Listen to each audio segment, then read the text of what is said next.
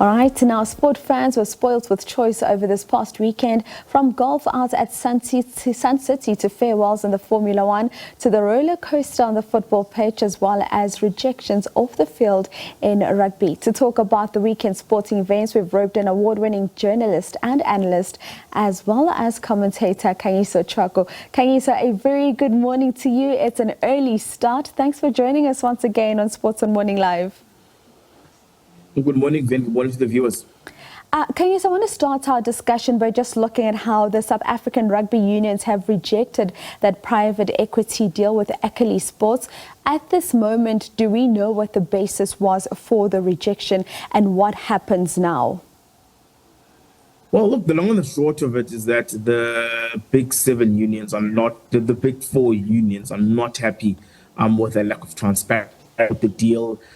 They feel that they actually can put together their own alternative transaction, which they're hoping to get in place sometime next year. Remember that they actually did state their unhappiness with regards to the ASG deal, and that took place back in October, which scuppered the first vote.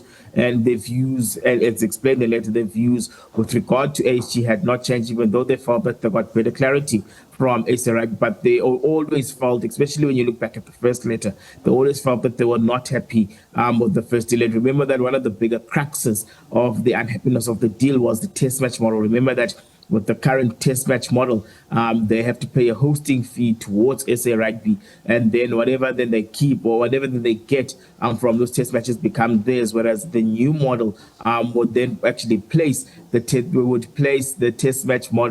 matches under the control of SA Rugby and the commercial rights holding company, and take them away from the unions. So that was probably one of the bigger issues at play regarding the failure of the deal. So the deal, the unions did vote over the weekend, and unfortunately they were unable, SA Rugby was unable to muster the 75% needed to get the deal to be passed through.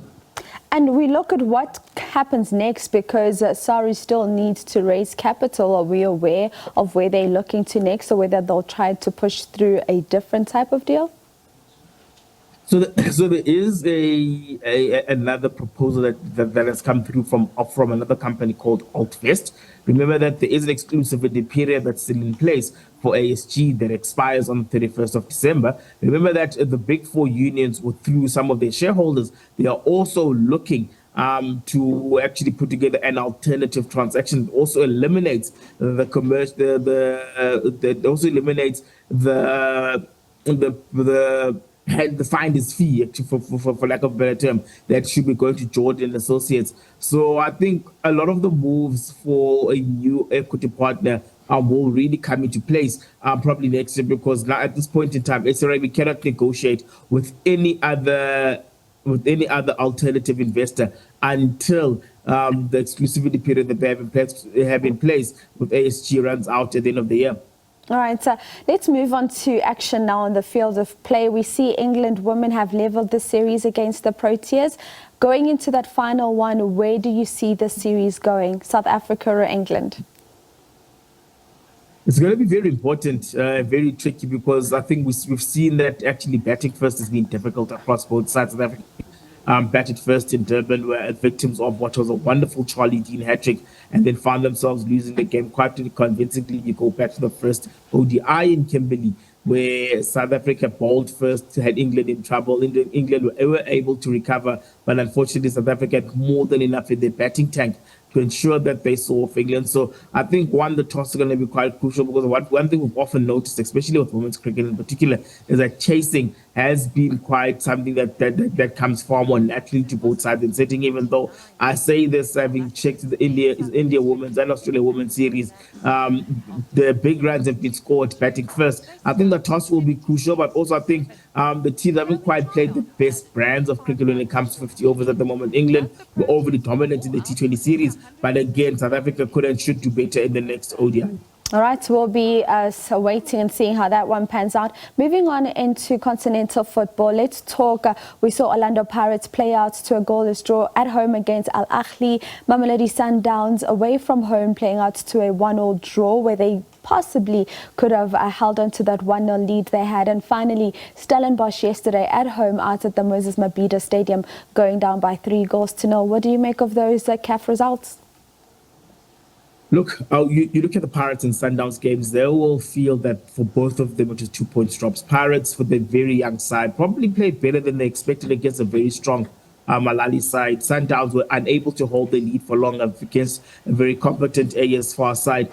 For a team like Stellenbosch FC, having qualified for the group stages of the CAF Confederations Cup for the first time, it is probably for them a learning curve. They will understand that there are particular ways in which you play in CAF football, that where you prioritize less in how you look on the field, but more how you deliver your results. I mean, you should have seen Al-Ali in particular, where their key part was just ensuring that they leave with the point and, if possible, actually get a win from the London Stadium.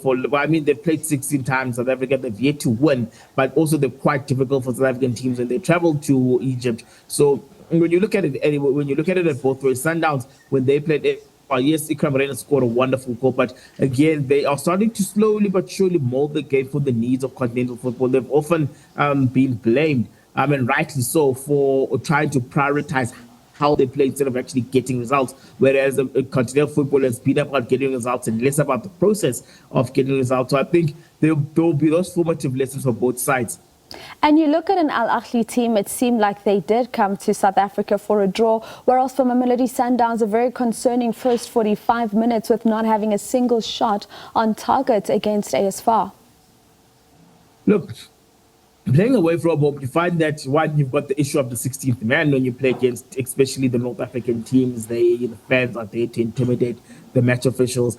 And then you also find that also the referees tend to get cowed by those atmospheres. But again, I think Sundowns played a very good rope-a-dope game of football where they just waited for an opportunity to come. Because at the end of the day, you can only shoot and attack so much. If you're able to just find a very good counter-attacking opportunity to actually help break down the opposition, as we saw when Wydad came to Sundowns and beat them, we only had 2 clear opportunities the entire game, but used them. We also saw when the Congolese side played Sundowns a week and a half ago, where they actually got 3 opportunities for counters and nearly made them work. So the key with CAF football is that sometimes your tactics may not always look like they're aesthetic, but if you are able to find a way that is able to counter your opposition and make sure that helps make better use of your opportunities, well, you are better off using that instead of trying to play a neat brand of football that doesn't deliver any results.